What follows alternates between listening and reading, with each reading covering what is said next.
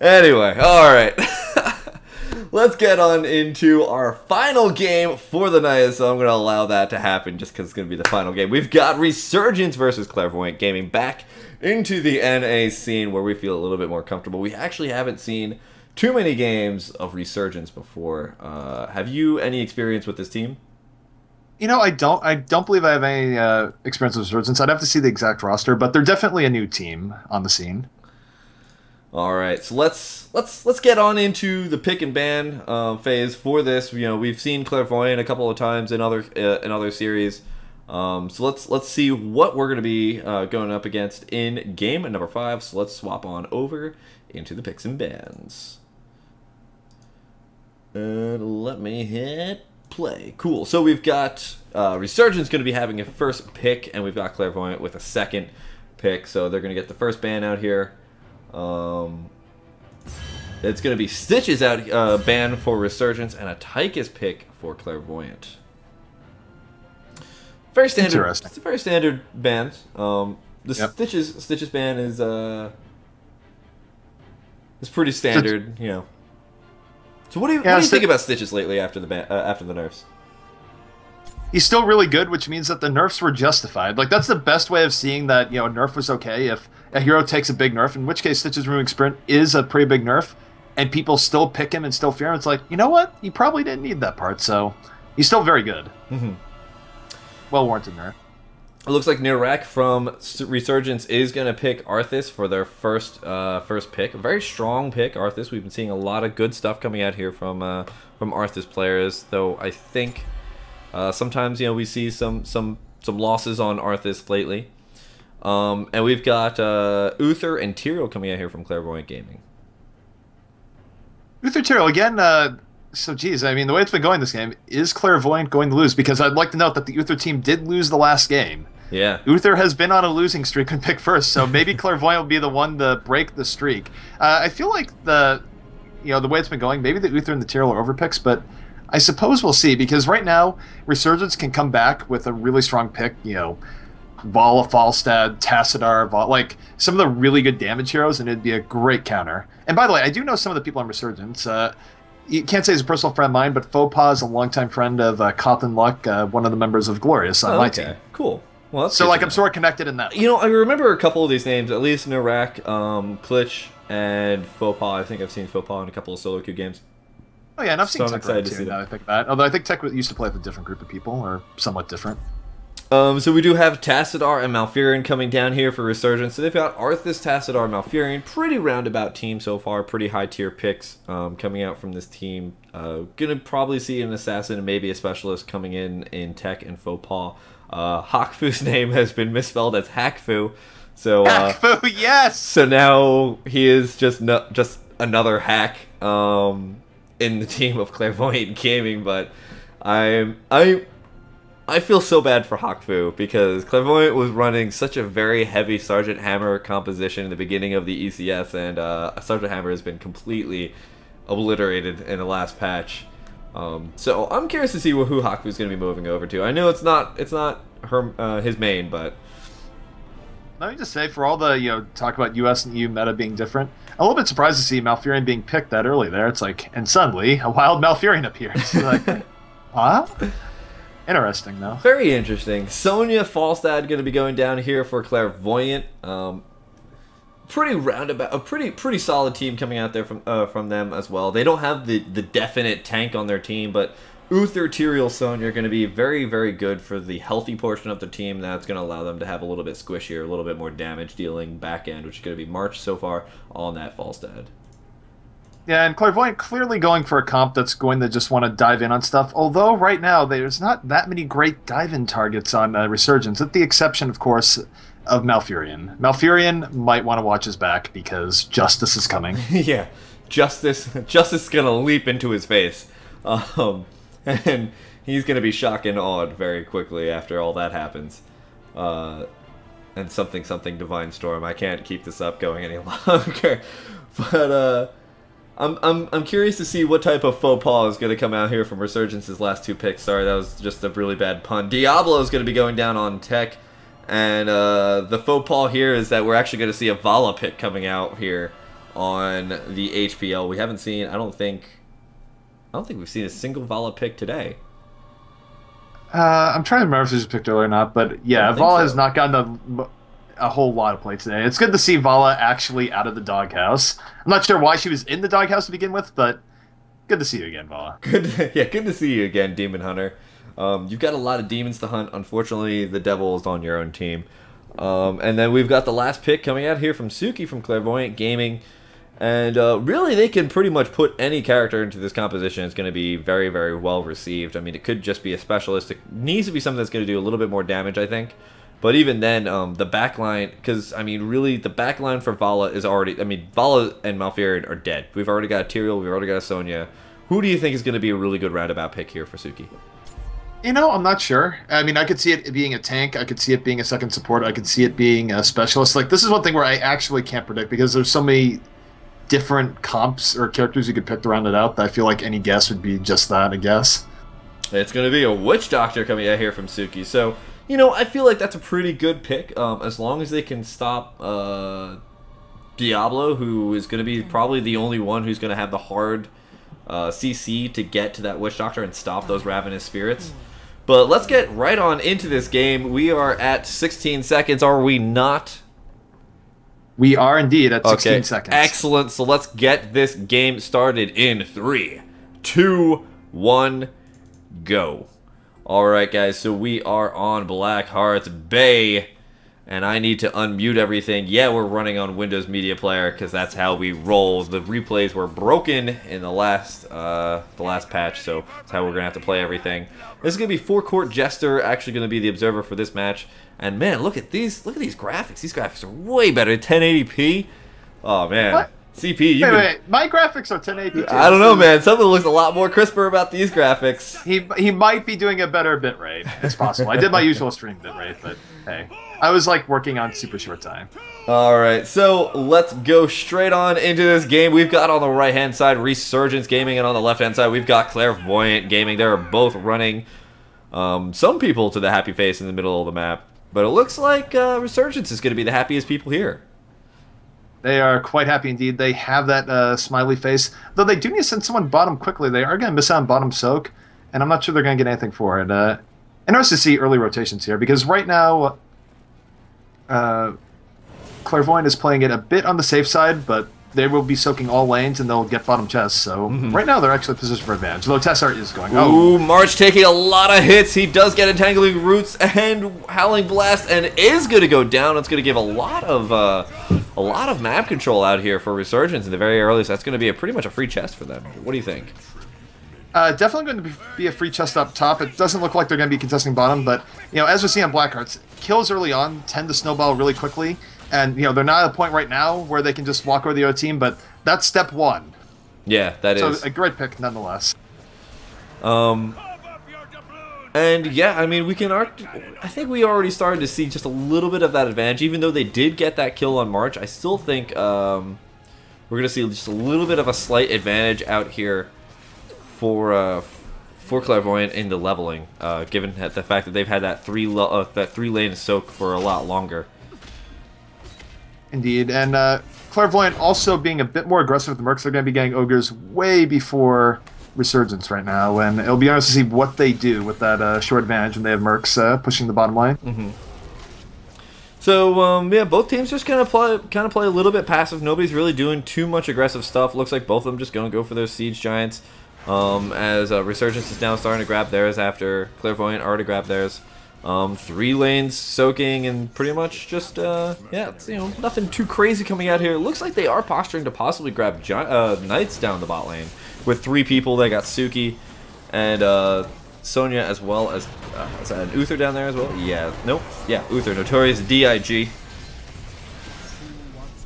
Yep, and they take those Knights, and they're really going for a lot of bomb pressure. I'm curious to see just how much they're going to push here. I'm also, right now we have Resurgence not wanting to give this up. Are they going to get the Knights still? Arthas is in there. It is hard to dislodge Arthas once he is in. He's not someone you want in your house. He doesn't leave. He's sitting on the cap. They're trying to kill Arthas. It's a slugfest between both teams. Arthas goes down. Right now, it's still hard to say who's going to win it, but it does look like Clairvoyant is going to remove Arthas. from there and continue the push and get even more kills. Oh, wow. Resurgence, they're not getting out in time. Very well played there by Clairvoyant. I mean, really kind of Resurgence was going very, very hard on Hakfu, and Clairvoyant was absolutely on par with those heals. Notorious DIG spending the heals exactly where he needed to keep his one teammate who is being focused down very well. We do have a whisper in the game for want a spot. Well, I'd have to say the spot is currently going to Clairvoyant. They're in a little bit of an advantage, but as I say that, the caster curse comes down. Hakfu taking a lot of damage, just got entangling root. But it looks like he's going to be able to turn this around yet again. They're so low on mana. And, well, Sonya's low on rage. She's actually pretty happy right now. I don't know why. Sonya, you need to start getting a little bit angrier because your team needs more slams. Sonya just needs to get angry in general. We need one more. This is Viper. Oh, right, Viper, who's actually a Blizzard employee. Wow. Viper, come on, man. You're ruining this game. The more you know. Also, let me just say, Vala, good job for Vala hanging on top. Playing against Tyrael as a solo Vala is a pain. Yeah, Vala is just so good at being able to like zone out heroes using a lot of her abilities. She's just, you know, that range DPS is no joke. Notorious DIG taking a lot of hits, has 8 coins on him. Nirak going straight on in there. There's 8 coins going straight down there for Clairvoyant Gaming. Resurgence gonna actually miss on that Howling Blast, but is Hakfu gonna be able to get behind that gate? Yes, he is. And Suki gonna be aggressive against 4 people for Resurgence. But yeah, it looks like Resurgence getting very, very good positional advantage. Yeah, Resurgence is definitely making some good counter picks in place here. They're keeping in it. They're still a level down, but, you know, it's still anyone's game at this point. They're not the point of no return in Blackhearts. And it's going well. I think they're about to have a full turn in here as well. So let's see if they push down middle. Oh, Faux is gonna get possibly saved here. Oh my god, by Resurgence. Is this gonna be a complete reversal? Nirak actually taking a lot of damage, and Resurgence is pretty low on health, so they're gonna back up for now. Clairvoyant, however, is gonna take this as good time to start pushing down that mid lane if they take out that tower, and possibly more. That's gonna be a definite fort when they do get their turn in. Let me just note, by the way, Clairvoyant was playing with fire there. No pun intended with the Diablo. Going up next to a gate against a team with Diablo, that's just asking to get body slammed. Yeah, exactly. That is a very cool thing that you can do with Diablo in this game, is you can overpower people over the gate and pretty much trap them. Though I have to say that Clairvoyant does have a lot of escapes. I think the 2 people who are the most forward are actually the 2 that can actually get out of that danger. Witch Doctor, like where Suki is right now, that's a scary hero to be ever overpowered. Just know about this turn. This turn will be killing the middle fort. That was kind of the purpose of the Clairvoyant's last push. They got down the tower, and that means that it doesn't have to shoot the outer tower as much, and it will destroy that middle fort for a big XP boost. That might even get them to level 10 here. But speaking of forts, it looks like Resurgence wants to turn this around and get a fort of themselves. They've got 5-man mid. It looks like just a couple more hits, and that fort is going to go down. They are going to disengage. They've got their objective. They don't really need that much more. Very, very smart play by Resurgence, but it looks like actually Clairvoyant wants to turn this around. A very nice body block. Very, very, very sharp maneuver out there from Tech to immediately shadow charge the zombie wall to get himself out of there. And that's a very, actually, high-profile Diablo maneuver. I would know, because I'm a main Diablo. But I call him Dibbles. Dibbles, actually. So much Diablo love. So much Diablo I just feel love. it oozing from your voice. Oh, man, I love that Diablo. Apocalypse parties are the best parties. Meanwhile, Sea Shines are going to be pushing down the bot lane for Clairvoyant, and Clairvoyant's also going to be grabbing that that Grave Golem. Does Resurgence have wind of this? Right now, Resurgence is going to try and contest the Grave Golem. They're going to be a little bit too slow, unfortunately. And right now, we have a big team fight going. We have Justice going in on Malfurion. Malfurion wisely backing up. Oh, but Barbarian is leaping. Malfurion still trying to stand there, getting heals. Witch Doctor all going off, though, doing so much damage. Oh, man, it's so hard to tell who's going to win. That both people on both... Clairvoyant now going down. Actually, as it turns out, at first it looked like Momentum was going for Clairvoyant, but just the sort of tankiness of Resurgence pulled them through there and turned that fight around. Wow. Yeah, I mean, that was some really, really top-notch play out there from Resurgence. The Tranquility went off immediately as Tyrael was using his Judgment to go straight on into the middle of Resurgence and try and do as much damage as possible. Unfortunately, that would allowed him to be focused down really quickly, and the Tranquility as well as the shields out there from Tassadar were able to keep that Malfurion, also known as Cliche, alive.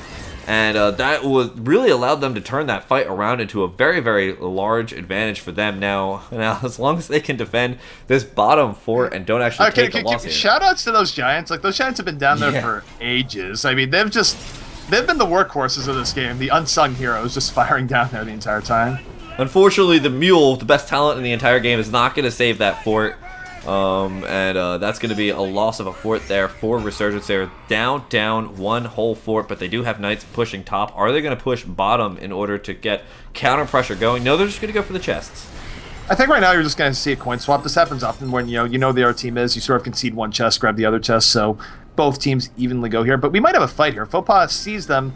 Looks like they're posturing pretty aggressively here. I think they want to catch them. Oh, actually, Clairvoyant in a very dangerous position right here. They don't have many ways to get out of here, but a beautiful shock and all is going to hit absolutely everybody from Resurgence, and it looks like Hakfu and Descent are going to go straight on into the backline. Faux taking a lot of hits from Tyrael, the Archangel of Justice. Caesar Salad is now spawned as Archon, but Faux is going to go down. Notorious DIG, the Uther is going to go down, but Uther stays alive with his trait, and it looks like their Malfurion is also going to finally fall, and Tech finally throwing down the Apocalypse, but just a little bit too late, and it looks like Resurgence is going to get taken down here.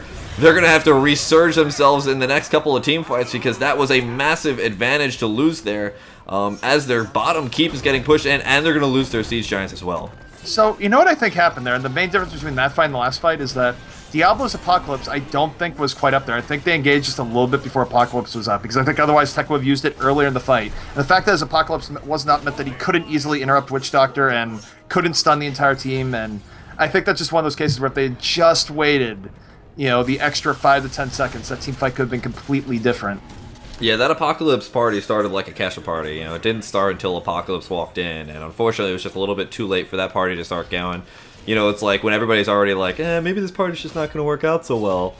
You know, we should probably back out, but it didn't really work out so well for them. But Clairvoyant played that pretty well. They've got some really nice shock and all, some really nice distributed damage, which is exactly what they need to do to pretty much counteract the very single target focused heals from Malfurion until that Tranquility came out.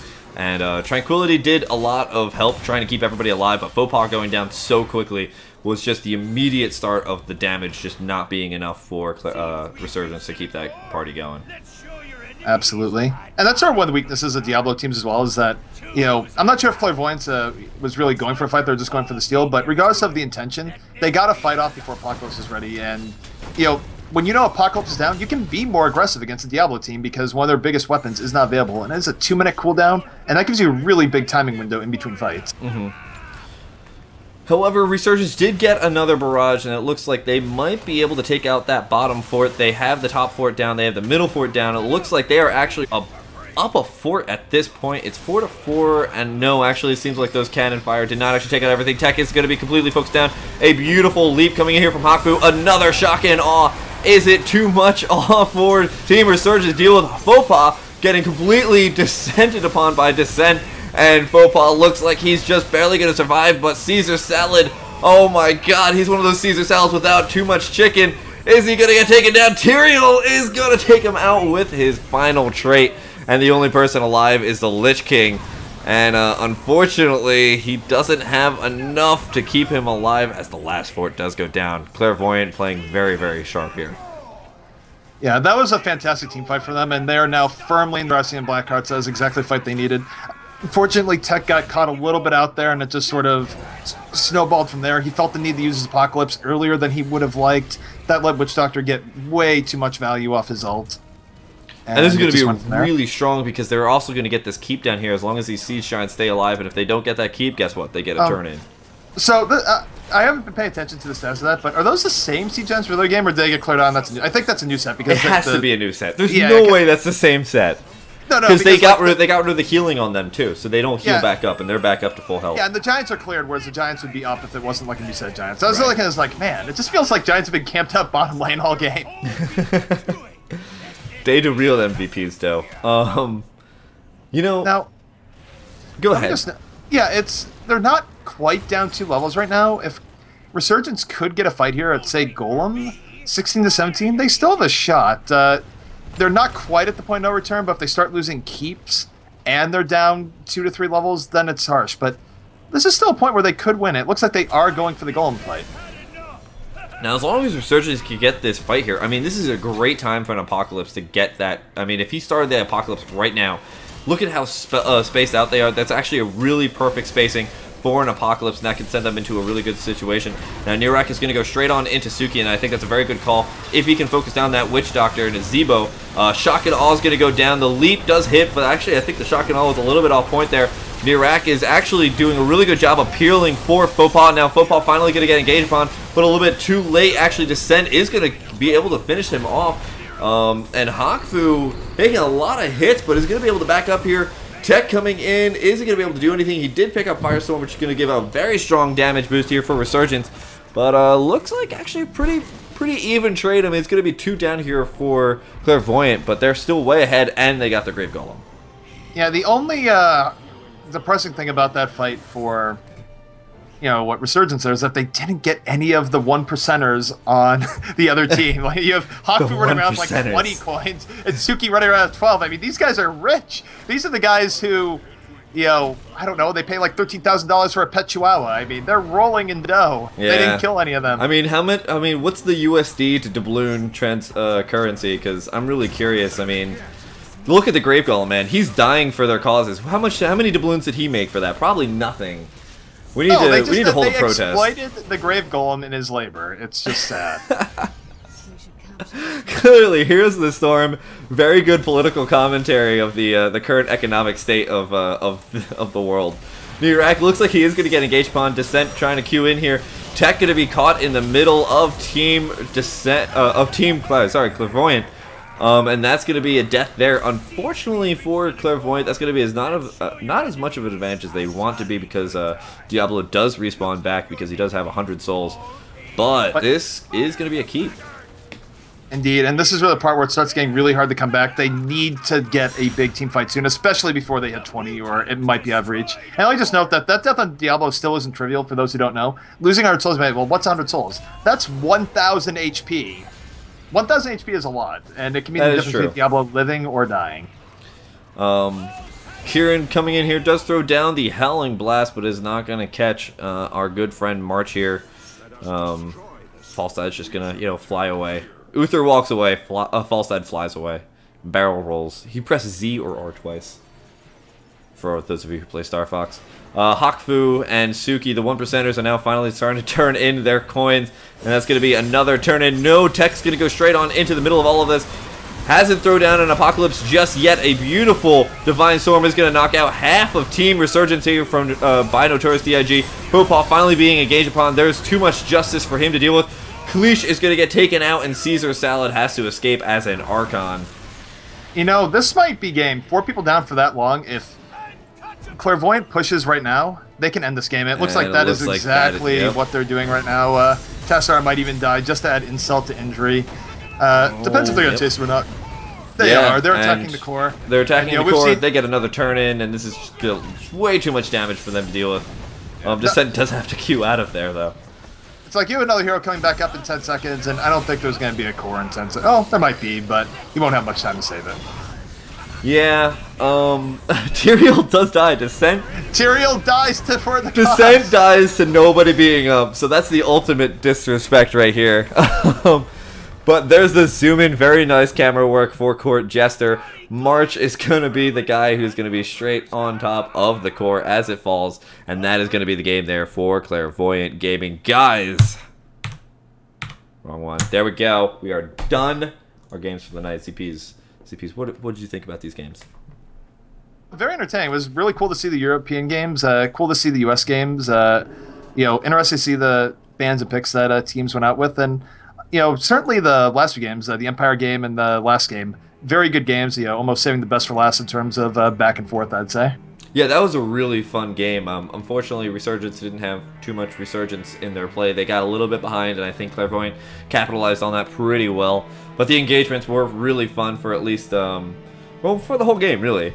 A lot of great stuff. So, guys, thank you so much for tuning in to the HPL Heroes Premier League hosted by Nexus Champ. You can go to nexuschamp.com and check out the VODs if you missed anything at all. Hopefully they don't make an entire video of ZP's impressions, but if they do, I'm posting it absolutely everywhere. Yeah, The impressions never happened. You never heard anything.